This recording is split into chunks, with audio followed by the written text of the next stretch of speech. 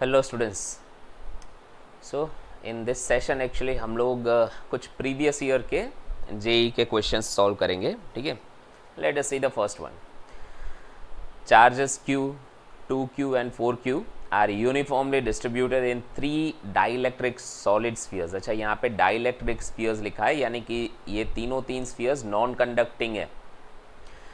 And the radius are given as r/2, यानी कि पहला जो स्फीयर है, ठीक है, फर्स्ट वन, उसका radius actually they have given at r/2।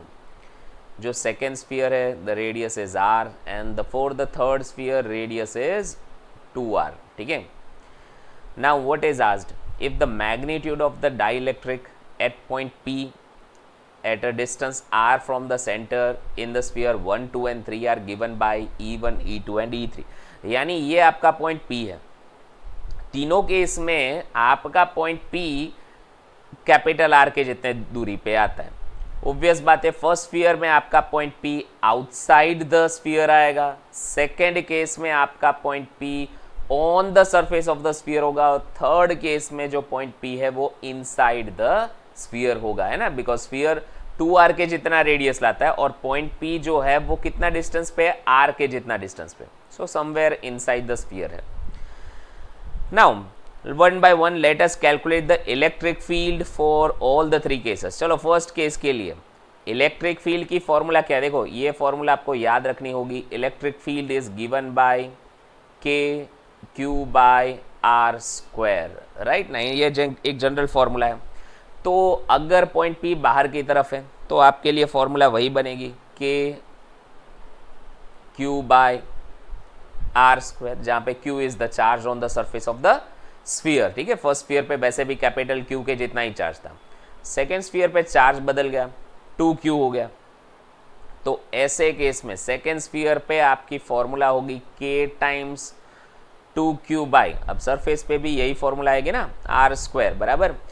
तो यहाँ पे तो पॉइंट P भी r के जितना दूरी पे ही है, so same formula r², and you will get here 2 times KQ by r² मिलेगा।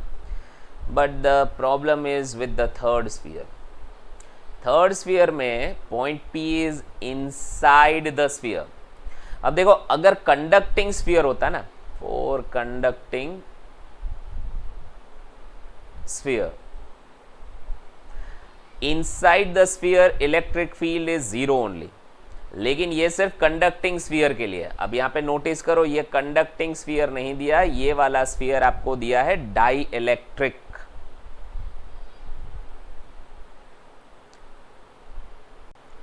सो डाई इलेक्ट्रिक का मतलब होता है ये नॉन कंडक्टिंग स्फीयर है। तो for a non conducting sphere electric field for a point inside the sphere क्या लाएंगे, देखो ये फॉर्मूला आपको एक याद रखनी पड़ेगी। In our text book it is given E is equal to r rho by 3 epsilon. ठीक है, जहाँ पे रो क्या है, चार्ज डेंसिटी। अगर आप जानते हो डेंसिटी यानी क्या होता है, चार्ज डिवाइडेड बाय वॉल्यूम। ठीक है ना, तो अगर मैं चार्ज डिवाइड बाय वॉल्यूम करके इसको अदर फॉर्मेट में लिखूँ तो मैं ऐसे लिख सकता हूँ, it is equal to KQ into R by R³। This is one of the way to write the formula for a electric field where the point is inside the sphere. ठीक है, हाँ, कंडीशन है ये sphere आपका non conducting होना चाहिए, जो कि इस केस में है।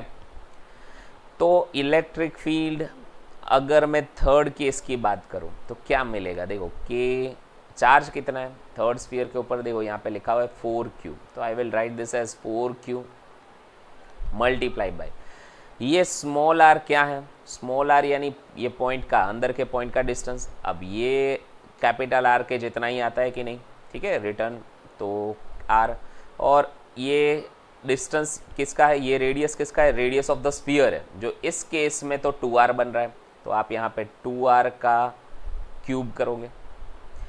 Now solve this, you will be getting this as K4Q into R by 8R cube, and hence final answer हमारा आएगा KQ by 2R²। ठीक है, this will be the final answer। Now compare the electric field for all the three, E1, E2 and E3. आपको सबसे highest किस में मिल रहा है? E2 में. सो और answer should be E2 is the largest, then E1 and सबसे least जो आ रहा है वो E1 का भी हाफ हो रहा है E3 में. सो सबसे लीस्ट आ रहा है E3, right. So the correct option if you will select, ये आपको मिलेगा C. ठीक है, दिस वन. तो ये हमारा आंसर है. Okay, now look at the second question. Two charges each equal to Q are kept at x equal to minus a and x equal to plus a on the x-axis.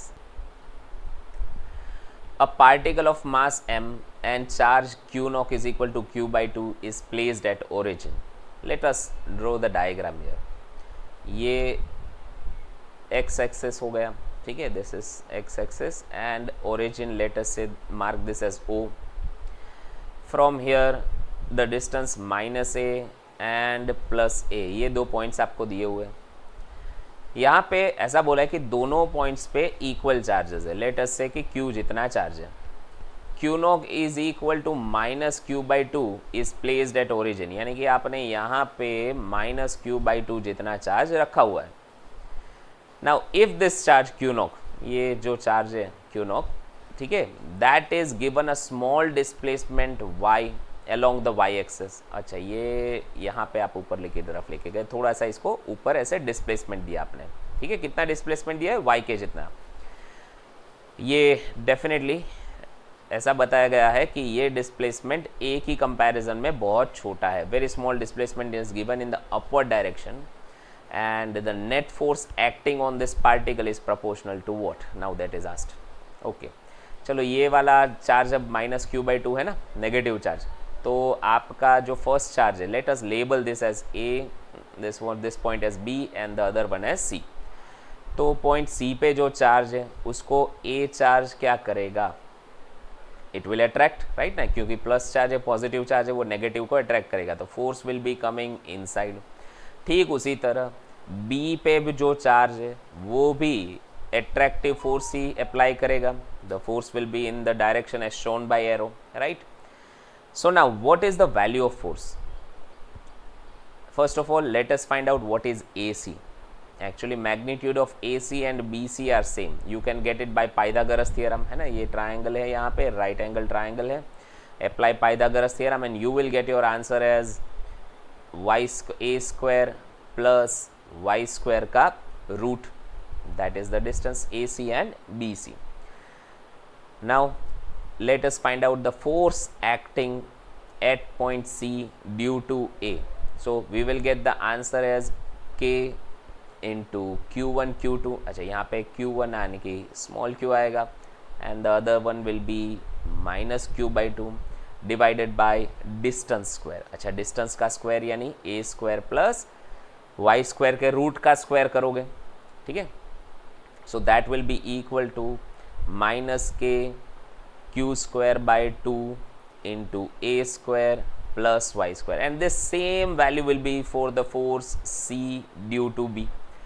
ये दोनों force same ही आएंगे, बराबर, बस direction दोनों की different है, दोनों की डायरेक्शन अलग है. नाउ FCB के CA के आप दो कंपोनेंट यहाँ कंसिडर करो. यहाँ पे ये एंगल सपोज करो कि थीटा है, this angle is theta with the vertical बना रहा है ये फोर्स.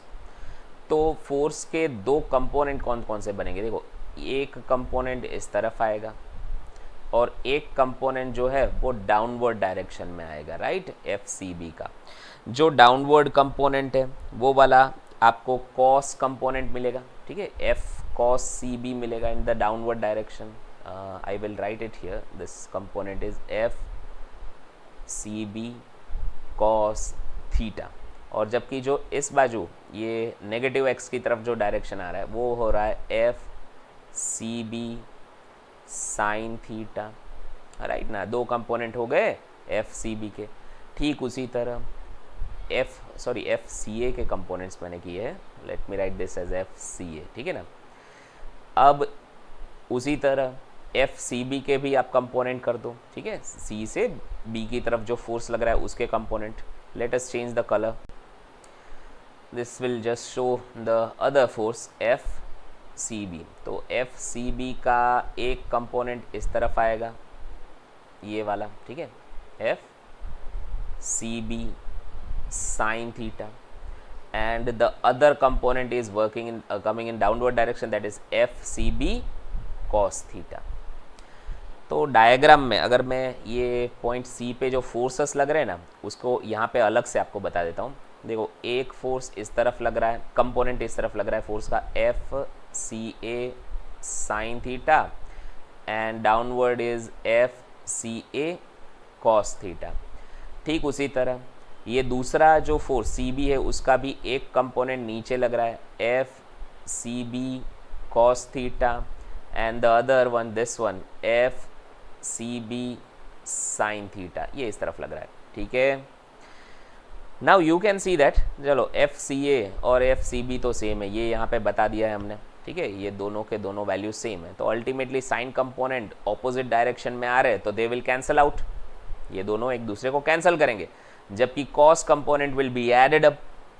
तो हमारा जो नेट फोर्स आएगा सी पे वो क्या आएगा, that will be equal to F C A cos theta plus F C B cos theta. अब आप जानते हो सी ए और सी बी दोनों ही फोर्सेस सेम आ रहे हैं मैग्नीट्यूड वाइज, ठीक है ना. तो मैं इसको चलो 2 times F C A cos theta लिख सकता हूँ, right. So now 2 times what is FCA, you have written this here, तो आप उसको सब्सटीट्यूट कर दो, माइनस के Q square upon 2 into a square plus y square multiply by what is cos theta. Look at this triangle, ये triangle को observe करो, C ओ ए, इस ट्राइंगल को, इसमें कॉस थीटा अप्लाई करो, क्या मिलेगा आपको, एडजेसेंट अपॉन हाइपोटेन्यूज, यानी कि y divided by your hypotenuse a c. A c का वैल्यू कितना आता है, यहाँ पे ऊपर हमने लिखा हुआ है, so it is equal to a square plus y square का root, so let me write it as 1/2. ठीक है, so finally you are getting your answer as 2 times, अच्छा 2 एक काम करो इधर कैंसिल कर दो, so will not write this now, so we will get our answer as k Q square y divided by a square plus y square whole raise to 3/2, isn't it? अच्छा, question में ये दिया है कि y is very very smaller than है. अगर y a से बहुत छोटा है तो एडिशन में तो उसको इग्नोर किया जा सकता है, we can take this value as 0, right ना, कोई फ़र्क नहीं पड़ेगा खास. तो एडिशन में इसको नेग्लेक्ट करो, तो नेग्लेक्ट करने के बाद आपका जो फाइनल आंसर आ रहा है वो आ रहा है माइनस के Q square y by a cube. This is the final answer, right. Now from this can you guess force किसके ऊपर डिपेंड कर रहा है. यहाँ पे ये तीन टर्म तो कांस्टेंट आ रही है, तो वेरिएबल क्या है, सिर्फ y. तो इसका मतलब क्या हुआ, force is proportional to what, तो force is proportional to y आ रहा है ना. So F is proportional to y मिलेगा, इनफैक्ट ये नेगेटिव y होगा, ठीक है, minus y. So our answer will be option b, that is F is proportional to minus y. अच्छा, इसमें एक थोड़ा सा चेंज करके अगर मैं पूछूं, ये मैंने Q knock minus Q by 2 लिखा है ना, इसकी जगह अगर Q knock plus Q by 2 होता तो क्या आंसर आता, इंस्टेड ऑफ नेगेटिव चार्ज अगर ये वाला चार्ज आपका पॉजिटिव होता तो क्या फ़र्क पड़ेगा. तो ऐसा होगा कि ये ए से सी की तरफ का फोर्स अब अट्रैक्शन की जगह रिपल्सिव फोर्स हो जाएगा, ऐसे लगेगा, ठीक है. ये आपका फोर्स ऐसे ऊपर की तरफ आएगा, और बी के लिए भी जो फोर्स आएगा that will be acting in upward direction. आपका सेम कंपोनेंट होगा, एक इस तरफ का वाला एक साइन कंपोनेंट होगा, एक ऊपर की तरफ वाला कॉस कंपोनेंट बनेगा, कॉस कंपोनेंट ऐड होगा. बस फ़र्क ये पड़ेगा इस बार कि आपका कॉस कंपोनेंट अपवर्ड डायरेक्शन में आएगा, and as a result our answer would have become A, यानी कि एफ प्रोपोर्शनल टू वाई, ये हमारा आंसर बनेगा। तो अब आपको समझ आ रहा है चार्ज का साइन बदलने से, अगर ये माइनस क्यू की जगह मैं प्लस क्यू कर दूं यहाँ पे चार्ज को, तो ऐसे केस में आपका फोर्स प्रोपोर्शनल टू वाई होगा। अगर मैं यहाँ पे इस जैसे इस केस में रखा है कि क्यू नॉट आपका माइनस क्यू बाई टू है, नेगेटिव साइन के साथ है, तो आपका फोर्स जो है वो प्रोपोर्शनल आएगा माइनस वाई को। ठीक है, now read the next question. See regular hexagon is provided to us, ठीक है, और आपको यहाँ पे पूछा क्या गया है, there are 6 charges, 3 positive and 3 negative charges, and they are all of equal magnitude. Now they have asked here कि अगर initially there is only one positive charge at R, अगर R पे एक पॉजिटिव चार्ज आपने रख दिया तो obvious बात है इलेक्ट्रिक फील्ड कहाँ मिलेगी, इस तरफ मिलेगी, ये हो गया electric field due to R। अब ऐसा बोला है कि अब चलो आप 6 चार्ज का अरेंजमेंट करो इधर, सो दैट कि आपकी नेट फील्ड जो है वो डबल हो जाए। Net field at the O should be double in, so arrange all the 6 charges in this way, यानी कि 3 पॉजिटिव 3 नेगेटिव चार्ज कहीं पे इधर रखने हैं इन सच ए वे कि आपकी electric field at O double हो जाए देन द प्रीवियस वैल्यू, जब हमने सिर्फ एक पॉजिटिव चार्ज रखा था आर पे। देखो डबल करना है तो मतलब आप ऐसा करोगे कि एक और इलेक्ट्रिक फील्ड इस तरफ आनी चाहिए, सेम मैग्नीट्यूड की समेशन होना चाहिए। तो इसके लिए तो U पे आपका कैसा चार्ज होना चाहिए, नेगेटिव चार्ज होना चाहिए, करेक्ट। R एंड U, अगर U पे नेगेटिव चार्ज है सेम मैग्नीट्यूड का और R पे पॉजिटिव है सेम मैग्नीट्यूड का, तो रिजल्ट क्या बनेगा, देखो R से प्लस चार्ज है तो इलेक्ट्रिक फील्ड उससे दूर जाएगी, U पे नेगेटिव चार्ज रखो तो इलेक्ट्रिक फील्ड उसकी तरफ आएगी, रिजल्ट दोनों का ही डायरेक्शन सेम होगा और आपकी इलेक्ट्रिक फील्ड समेशन होके डबल हो जाएगी 2E। तो हमारा पहला कंडीशन तो ये मिल गया कि चलो R पे पॉजिटिव रखो तो U पे नेगेटिव रखना, ठीक है। चार्ज यहाँ पे R पे आपने पॉजिटिव रखा है तो U पे कैसा चार्ज रखोगे, नेगेटिव। आप चारों ऑप्शन को चेक करो, R अगर पॉजिटिव है तो U लास्ट चार्ज आपका वो कैसा होना चाहिए, नेगेटिव होना चाहिए था। तो आप ये A ऑप्शन को तो निकाल दोगे, राइट ना, क्योंकि आपका U लास्ट चार्ज नेगेटिव होना चाहिए। सो B, C एंड D पे लास्ट चार्ज आपको दिया हुआ है, that is negative. Now let us consider the other cases, बाकी सब चार्जेस को क्या करना है। देखो आपको बाकी P और S ये दोनों एकदम ऑपोजिट पॉइंट्स आ रहे हैं, तो P और S पे सेम चार्ज रखोगे। अगर आप P पे पॉजिटिव रखो तो S पे भी पॉजिटिव रखोगे, क्यों, क्योंकि आपका देखो P पे पॉजिटिव है तो इलेक्ट्रिक फील्ड का डायरेक्शन ये आएगा, S पे पॉजिटिव रखोगे तो इलेक्ट्रिक फील्ड अपवर्ड आएगी, दोनों एक दूसरे को कैंसिल कर देंगे और नेट फील्ड उन दोनों की वजह से तो जीरो हो जाएगी। And that's what we want to make, right ना, कि बाकी के चारों जो पॉइंट है वहां पे चार्ज ऐसे अरेंज करो कि उनकी वजह से नेट फील्ड आपको जीरो मिले। तो P और S पे दोनों पे सेम चार्ज होने चाहिए। अब चाहे तो P और S पे पॉजिटिव रख दो या चाहो तो P और S पे नेगेटिव रख दो। Looking at the other options, आप देखो पहला चार्ज यहाँ पे पॉजिटिव आया तो S फोर्थ है वो नेगेटिव आ रहा है, अब ये ऑप्शन गलत होगा ना, ठीक है। P और S पे सेम चार्ज रखना है आपको, सो ये ऑप्शन नहीं होगा। यहाँ पे भी देखो P ये वाला फर्स्ट है और S यानी कि फोर्थ है सीक्वेंस में, तो दिस वन ये आ रहा है। तो इस ऑप्शन में आपको मिल रहा है कि P और S दोनों पॉजिटिव आ रहे हैं, ठीक है। यहाँ पे D ऑप्शन में क्या हो रहा है, देखो P पे नेगेटिव दिया है और S पे नेगेटिव दिया है, यानी ये ऑप्शन भी पॉसिबल है, ठीक है। तो we have got C as well as D, दोनों में से भी एक पॉसिबिलिटी है। अच्छा पर C में एक, हाँ ये तो रहेगा, C में एक चीज़ और देखो, R हमने पॉजिटिव रखा है, लुक एट दिस, यहाँ पे R कैसा दिया है, नेगेटिव दिया है, ठीक है ना। एक्चुअली R हमने पॉजिटिव रखा हुआ है, सो C ऑप्शन भी पहले ही हम लोग निकाल सकते हैं। तो only option left is D, ठीक है। So we can see that, देखो यहाँ पे P और S नेगेटिव आ रहे हैं तो ये दोनों नेगेटिव चार्ज रखे गए हैं, सो इलेक्ट्रिक फील्ड कैंसिल होगा। तो रिमेनिंग 2 जो बचा Q पे और उसके सामने जो T आया वहाँ पे आप दोनों पॉजिटिव चार्ज रख दोगे, ठीक है। ये देखो सेकंड Q पे और ये T पे पॉजिटिव चार्ज है, तो अल्टीमेटली क्या होगा, उनकी इलेक्ट्रिक फील्ड भी एक दूसरे को कैंसिल करेगी, खाली R और U की इलेक्ट्रिक फील्ड एक दूसरे को ऐड करेगी and we are getting the electric field double then the original bond, ठीक है। सो आंसर हमारा आना चाहिए डी ऑप्शन, ठीक है। Now read the fourth question. देखो इट इज गिवन कि इलेक्ट्रॉन है mass m e which is initially at rest and moves through certain distance in uniform electric field and takes the time t1। ये ठीक वैसा ही question है जैसा text book में एक इलस्ट्रेशन दिया था। तो सपोज करो कि यहाँ पे आपके पास एक दो ऐसे चार्ज प्लेट है, ठीक है, विथ ऑपोजिट चार्जेस। तो वहाँ पे यहाँ से इलेक्ट्रॉन को रिलीज़ करो तो इलेक्ट्रॉन नेगेटिव से पॉजिटिव प्लेट की तरफ जाएगा। It takes some time t1।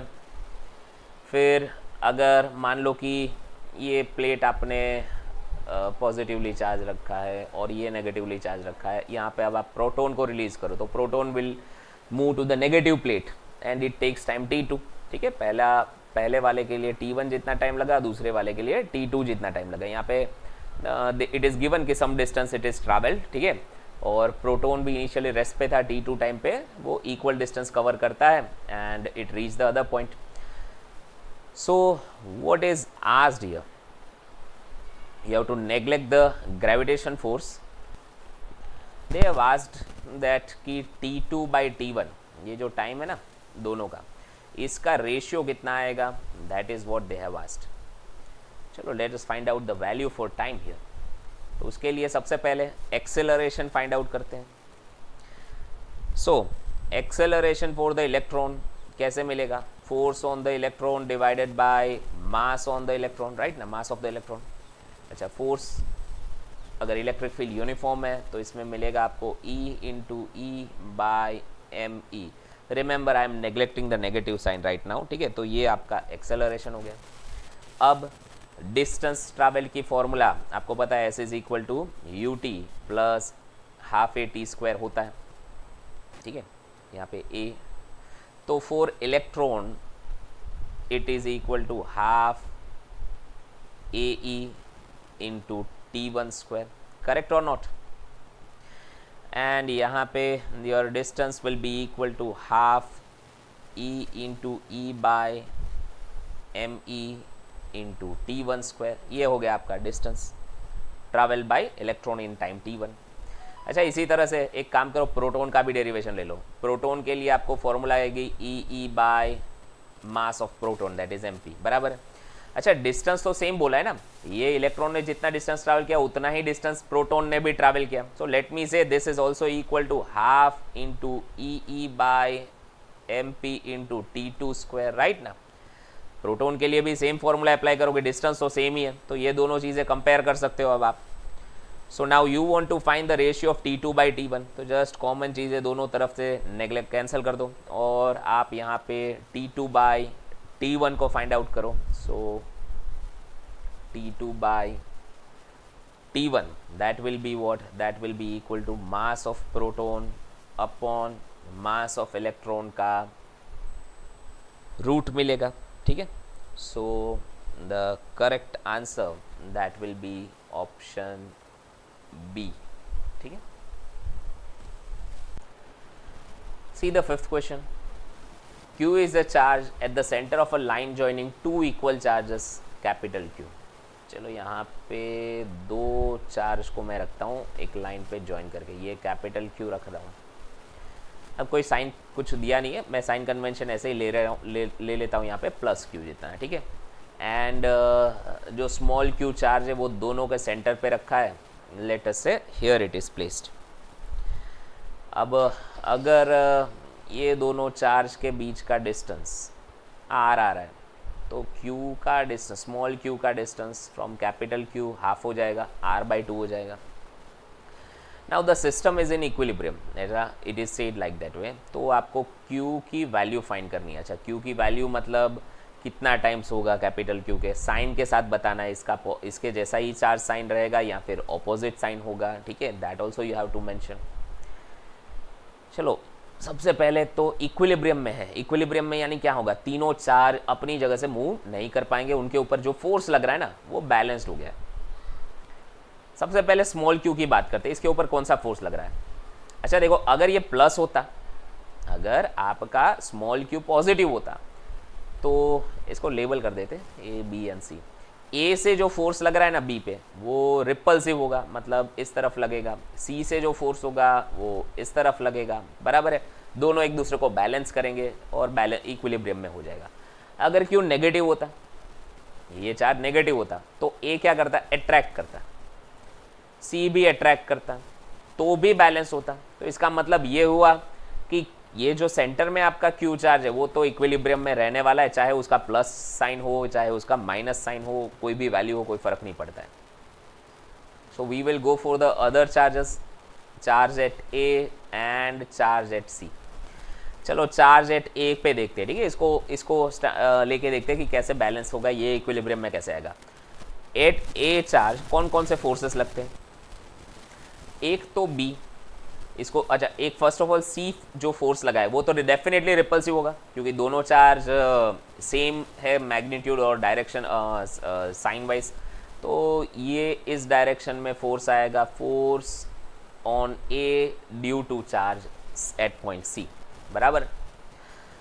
Definitely be वाला जो पॉइंट है वहाँ पे जो चार्ज है वो इसको अपनी ओर अट्रैक्ट करना चाहिए, तभी जाके ये इसको बैलेंस करेगा। अगर दोनों ही रिपल करेंगे तो डेफिनेटली ये कभी इक्विलिब्रियम में एस्टैब्लिश नहीं हो पाएगा। तो इसका ये मतलब हुआ कि force at A due to C should be balanced by force at A due to B, but they should be in opposite direction. अच्छा, ये ऑपोजिट होने का मतलब है ये इसको अट्रैक्ट करेगा, इसका मतलब Q कैसा आएगा, Q इज डेफिनेटली नेगेटिव, बराबर ना। प्लस Q अगर ये आ रहा है तो ये वाला सेंटर पे जो चार्ज आएगा वो डेफिनेटली नेगेटिव होगा, तभी तो अट्रैक्ट करेगा, and it will balance the other force. तो इसका मतलब C और D ऑप्शन तो चलो यहीं से निकल गए। You have to select your answer between the option A and B only. Now for comparing the magnitude, चलो FAC क्या लिखोगे, K Q square by distance square that is R square, और FAB क्या लिखोगे, K into Q divided by distance square, यानी R/2 का square करोगे। सो K cancel हो जाएगा, ये Q एक बार कैंसिल होगा, and you will get Q is equal to, ये एक काम करो, R स्क्वायर बाय 4 होगा, 4 ऊपर लिखते हैं, and into R square, so this 2 also will be cancelled, ठीक है। सो अवर Q, ये 4 इधर डिनोमिनेटर में जाने दो, तो स्मॉल Q क्या मिलेगा, Q बाय 4 मिलेगा मैग्नीट्यूड वाइज, ठीक है। डायरेक्शन साइन तो पता है नेगेटिव हो गई, लेकिन मैग्नीट्यूड वाइज क्या आ रहा है, इसका आंसर मैग्नीट्यूड वाइज आ रहा है Q by 4। So correct option will be B, -Q by 4 होना चाहिए, ठीक है आंसर। See sixth question, two negative charges -Q are fixed at distance 0 -a and 0 +a on the y axis. चलो ये आपका y एक्सिस ले लेते हैं, let us put both the axis, ठीक है, x एंड y, और यहाँ पे पॉइंट A और ये है पॉइंट -a, दोनों जगह पे नेगेटिव चार्ज है -Q, दे हैव सेड। अब ऐसा लिखा है कि positive charge Q is released at from rest at point 2a0, यानी कि ये अगर डिस्टेंस a के जितना है तो इससे डबल डिस्टेंस ले लो, सॉरी पॉजिटिव साइड लेना है, तो ये a के जितना होगा, तो यहाँ पे कहीं पे 2a के जितना डिस्टेंस आएगा, यहाँ पे आपने +Q जितना पॉजिटिव Q चार्ज रखा है और उसको रिलीज किया। What will happen with the Q? देखो इसके जैसा एक सम हमने फर्स्ट सम ऑलरेडी किया था आगे की तरफ, ठीक है। एक बार चलो उसको देखो, फर्स्ट नहीं सॉरी सेकंड सम किया था अभी इसी पार्ट में, मैं चलो उसको दिखाता हूँ आपको। लुक एट दिस सम, इसमें मैंने ये यहाँ पे दोनों पॉजिटिव चार्ज रखे थे और मैंने दोनों कंडीशन बताई थी कि अगर इधर -Q चार्ज होता है, यानी इन दोनों से ऑपोजिट चार्ज होता है, ठीक है, तो आपने लास्टली डिराइव किया था F is proportional to -y, पर इधर एक कंडीशन थी, नेसेसरी कंडीशन देखो क्या थी, y is very very smaller then a, तभी आप इसको नेग्लेक्ट कर पाए थे। अगर ये y को नेग्लेक्ट नहीं करो तो आपका आंसर होगा -KQ² y upon a² plus y² raise to 3/2। अब इसी कंडीशन को मैं गिवन सम में भी अप्लाई करके देखता हूँ। यहाँ पे आपको सेम कंडीशन मिल रही है, बस खाली फ़र्क ये है कि इस बार है ना दोनों माइनस क्यू चार्ज जो है वो वाई एक्सिस पे है और ये plus Q charge x axis पे है। ऑब्वियस बात है, इसको भी ये एक फोर्स ऐसे लगेगा, the other force will be like this way and resultant force ऐसे इनवर्ड आएगा, ठीक है। अच्छा, इस फोर्स की वैल्यू कितनी होगी? देखो आपने जनरल फॉर्मूला ये लिखा था माइनस के इंटू क्यू स्क्वायर। अच्छा, यहाँ पे क्यू इंटू स्मॉल क्यू लिख रहा हूँ, लेट मी से Q into Q divided by, अच्छा अगर ये डिस्टेंस आपका ए के जितना आ रहा है और ये वाला डिस्टेंस 2a के जितना आ रहा है, पहले मैं एक काम करता हूँ, आगे जो फॉर्मूला लिखी थी मैं उसको लिख देता हूँ जो आपने आगे डिराइव किया था, ठीक है। अब यहाँ पे y की जगह ये डिस्प्लेसमेंट है ना y, वो कितना आ रहा है 2a के जितना आ रहा है, और ये a की जगह तो आप a ही लिख सकते हो, वो तो सेम डिस्टेंस दिया हुआ है, ठीक है। So for the given condition आपको मिलेगा माइनस के क्यू इंटू क्यू, यहाँ पे 2a रहेगा divided by a square plus 2a whole square whole raise to 3/2, this is f, right. अच्छा, अब किसी भी चीज़ को SHM एग्जीक्यूट करने के लिए, सिंपल हार्मोनिक मोशन, आप जानते हो ना सिंपल हार्मोनिक मोशन यानी एक तरह से यहाँ से रिलीज करो कोई चीज़ ऐसे जाएगी, इस तरह से कंटिन्यूस मूव करना चाहिए। तो SHM के लिए 11th में हमने कंडीशन देखी थी कि F should be proportional to negative of y, जो वो सेकेंड सम में था, बराबर है। अगर चार्ज नेगेटिव होता तो पॉजिटिव रखा जाए तो ऑब्वियस बात है वो तो रिपल्सिव फोर्स लगाएगा, उसमें SHM परफॉर्म नहीं करेगा। खैर यहाँ पे देखो ये अंदर की तरफ फोर्स तो लग रहा है, ये ऐसे अंदर की तरफ मूव करेगा, पर क्या ये SHM एग्जीक्यूट करेगा? इसके लिए आपका फोर्स नेगेटिव y को प्रोपोर्शनल होना चाहिए, यानी कि डिस्प्लेसमेंट को नेगेटिवली प्रोपोर्शनल होना चाहिए। क्या ऐसा हो रहा है यहाँ पे? जस्ट चेक, आप ब्रैकेट ओपन कर दो और मल्टीप्लाई करो, देखो यहाँ पे क्या मिलेगा आपको, 4a square plus a square यानी 5a स्क्वायर, तो 5a क्यूब हो जाएगा, है ना। एंड फाइनली माइनस के q into q into 2 divided by 5a square मिल रहा है। You can see that the force is proportional to negative of 1/a square. -1/a को प्रोपोर्शनल होना चाहिए था ना, लेकिन ये तो -1/a स्क्वायर को प्रोपोर्शनल हो रहा है। इसका मतलब ये SHM तो परफॉर्म नहीं कर रहा। देखो SHM के लिए एक नेसेसरी कंडीशन है, ये जो डिस्प्लेसमेंट है ना, आप ओरिजिन से जो डिस्प्लेस कर रहे हो वो बहुत छोटा होना चाहिए। अगर मान लो ये x लेता है ना डिस्प्लेसमेंट, तो x should be very very less than a। ये x, ये जो डिस्प्लेसमेंट है वो बहुत छोटा होना चाहिए था। ये वो सेकेंड सम में दिया था, उसमें देखो वो कंडीशन लिखा था y is very very less than है, तो यहाँ पे वो कंडीशन सेटिस्फाई नहीं हो रहा है, इसलिए ये SHM परफॉर्म नहीं करेगा। तो आपका फर्स्ट ऑप्शन नहीं आएगा, it is not performing SHM। B लिखा है move to origin and remain and rest, ऐसा भी नहीं होगा। ये चार्ज यहाँ पे आएगा ओरिजिन पे और रुक जाएगा, ऐसा नहीं होगा। एक बार यहाँ पे आएगा ना तो एक्सेलरेटेड मोशन होगी, it will have some speed, finally फिर क्या करेगा, यहाँ पे ये आने के बाद ये फिर यहाँ से दूर चला जाएगा, ठीक है। It will move away from it and then it will again come back. तो ये वाला कंडीशन भी सेटिस्फाई नहीं करता है। मूव टू इन्फिनिटी ये भी तो गलत है। सो ये क्या करेगा, अभी देखो इस तरह से अगर आगे पीछे मोशन करे तो उसको ऑसिलेटरी मोशन तो कहेंगे ही, ठीक है। So it executes oscillatory motion but not SHM motion. So option D is correct. ध्यान में रखना SHM क्यों नहीं है, oscillatory every SHM is an oscillatory motion but all the oscillatory motion are not SHM, simple harmonic motion नहीं होते। Simple harmonic motion के लिए कंडीशन जरूरी है, F is proportional to -y होना जरूरी है। इस केस में हो नहीं रहा है ऐसा, ठीक है। Force is not proportional to negative of displacement, that is why ये SHM तो नहीं है, पर हाँ ऑसिलेटरी मोशन जरूर परफॉर्म कर रहा है, ठीक है। Now see the 7th question. ये एक पैसेज टाइप क्वेश्चन है, ठीक है। इसमें एक पैराग्राफ है, ये दिया हुआ है आपको, और उसके बेस पर नीचे कुछ क्वेश्चंस दिए जाते हैं जो आपको आंसर करने होते हैं। It was asked in 2008। अब यहाँ पे मैं पहला क्वेश्चन ले रहा हूँ, ठीक है। 1 by 1 में आपको इसमें 3 क्वेश्चंस इसके बेस पर पूछे थे, मैं आपको पहला क्वेश्चन ले रहा हूँ यहाँ पे।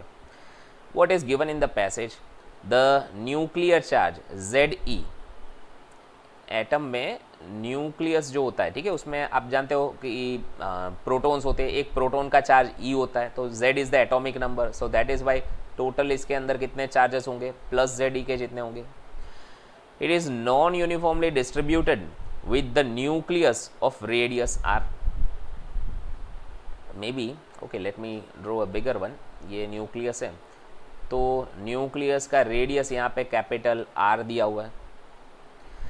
अब इसमें कैसा होता है कि चार्जेस नॉन यूनिफॉर्मली डिस्ट्रीब्यूटेड है, मतलब कहीं पे ऐसे ज़्यादा शायद चार्जेस होंगे, फिर मे बी थोड़े दूर जाओगे तो कम चार्जेस आपको देखने को मिलेंगे, डेंसिटी डिक्रीज हो रही है, चेंज हो रही है.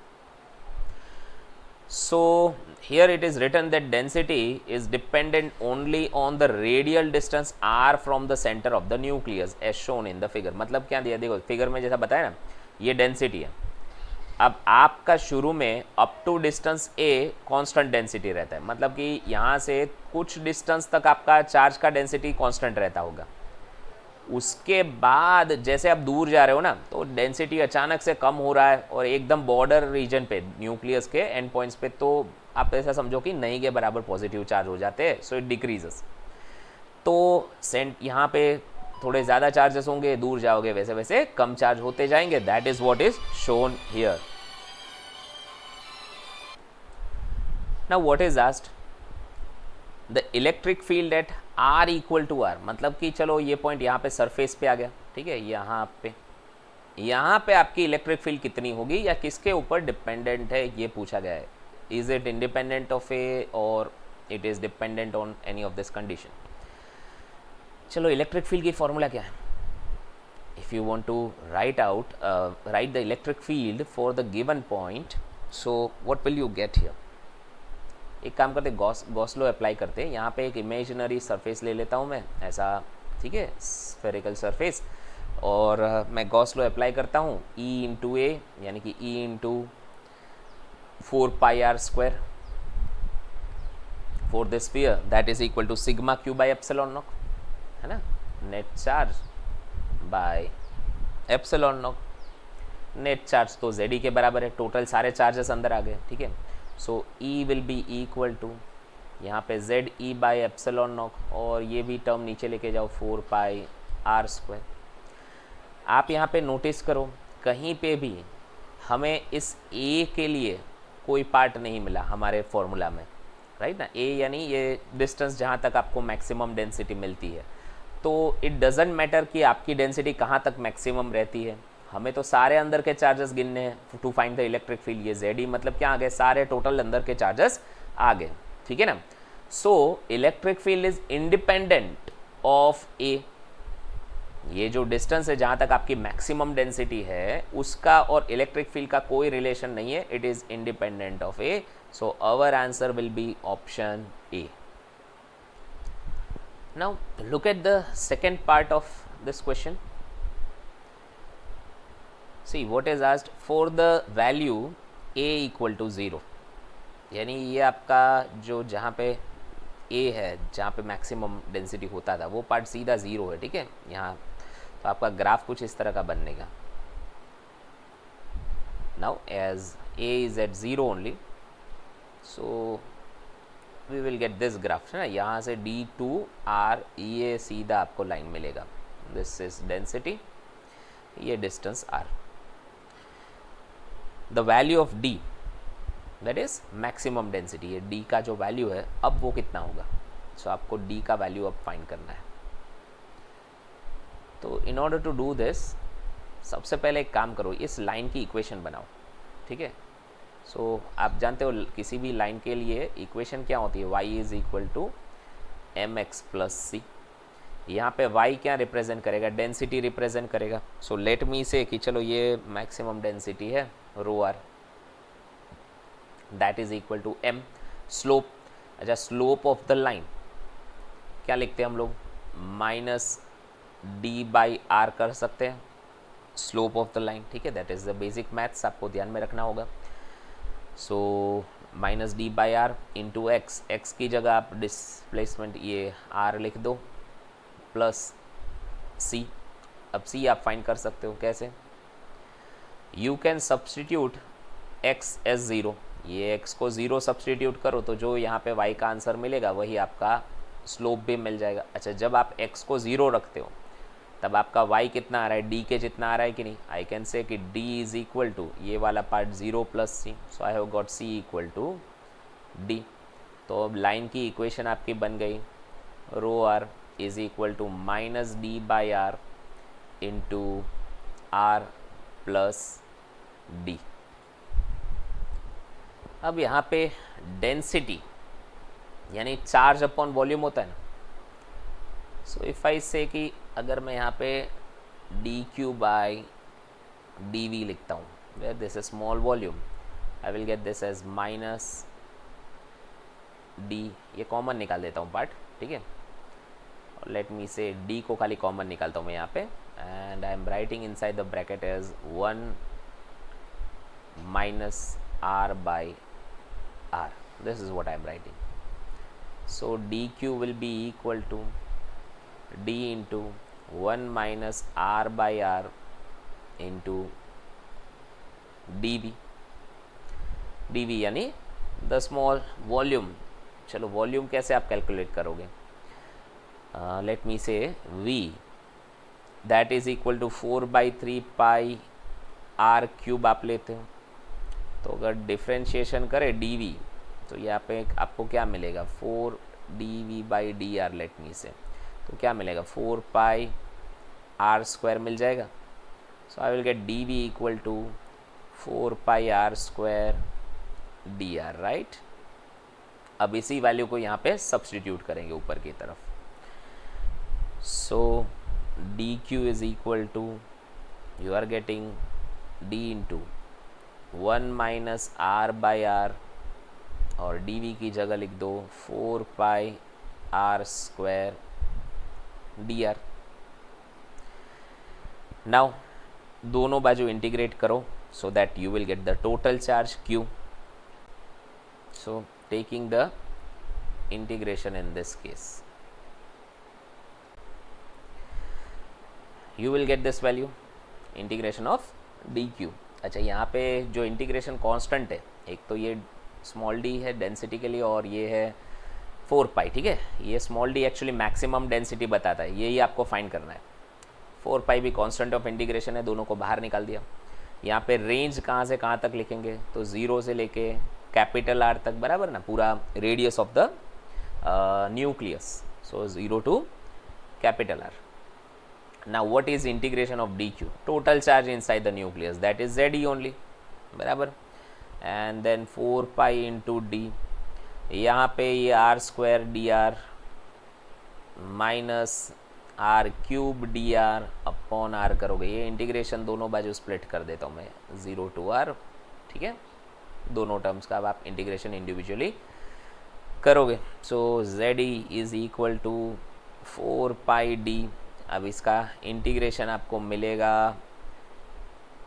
r cube minus 0 cube by 3 होता है, मैं डायरेक्टली इसको r क्यूब बाई 3 मेंशन कर देता हूँ, माइनस यहाँ पे आपको मिलेगा r raise to 4/4 into r। ये इंटीग्रेशन आप एक बार खुद से करना, you will get this value only, ठीक है। सो यहाँ पे ये कैंसिल करके ये आपको मिलेगा। अब फाइनली दोनों का एलसीएम निकाल दो, 4 पाई डी इंटू यहाँ पे देखो 4 माइनस 3 यानी कि 1, so you will gate r cube by 12। ये दोनों कैंसिल करके r बाई 3 मिलेगा। सो फाइनली Ze क्या मिल रहा है आपको 4 पाई डी, सॉरी नॉट 4 तो आपने कैंसिल कर दिया इधर से, pi D into r cube by 3। You wanted to find the maximum density d, तो उसे सब्जेक्ट बना दो। d इज इक्वल टू क्या मिलेगा 3Ze upon pi r cube, तो ये हो गया आपका मैक्सिमम डेंसिटी, ठीक है। So now look at the option and see where you are getting this answer, it is in option B, ठीक है। तो ये हमारा आंसर बनेगा। Now see the third part of this same question, ठीक है। लास्ट पार्ट यहाँ पे दिया है, आपको ये पूछा है the electric field within the nucleus is generally observe to be linearly dependent on r. This implies what, अच्छा, अगर मैं यहाँ पे ये न्यूक्लियस लेता हूँ, क्वेश्चन में ऐसा पूछा है कि अब अंदर की तरफ आप जैसे सेंटर से दूर जा रहे हो तो आपका इलेक्ट्रिक फील्ड जो है वो प्रोपोर्शनल टू आर आ रहा है। तो इसका मतलब क्या हुआ, ये चारों ऑप्शंस में से क्या एक्चुअली इसका मीनिंग है। अब सबसे पहले न्यूक्लियस ये एक डाइलेक्ट्रिक मीडियम की तरह आप समझ सकते हो।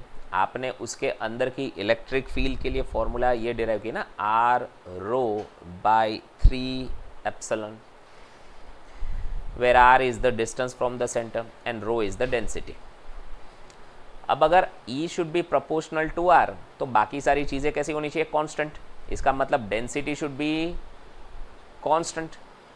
तो न्यूक्लियस में ऐसा नहीं होना चाहिए कि भाई इधर ज़्यादा चार्जेस होंगे, ठीक है, और यहाँ कम चार्जेस होंगे तो डेंसिटी कांस्टेंट नहीं है। डेंसिटी का कांस्टेंट होने का मतलब है सब जगह इक्वली चार्जेस डिस्ट्रीब्यूट होंगे, तो हम बोलेंगे कि हाँ भाई डेंसिटी कैसी है, कांस्टेंट है, राइट। तो इसका मतलब कि at all the points if you want density same, सारे पॉइंट की डेंसिटी सेम चाहिए तो ये ए और आर ये इक्वल होना चाहिए। बस इसके बाद फिर आपका यहाँ पे रेडियस तक, कैपिटल आर तक डेंसिटी सेम होनी चाहिए और फिर यहाँ पे सारे चार्जेस खत्म हो जाएंगे, न्यूक्लियस यहाँ पे एंड हो गया।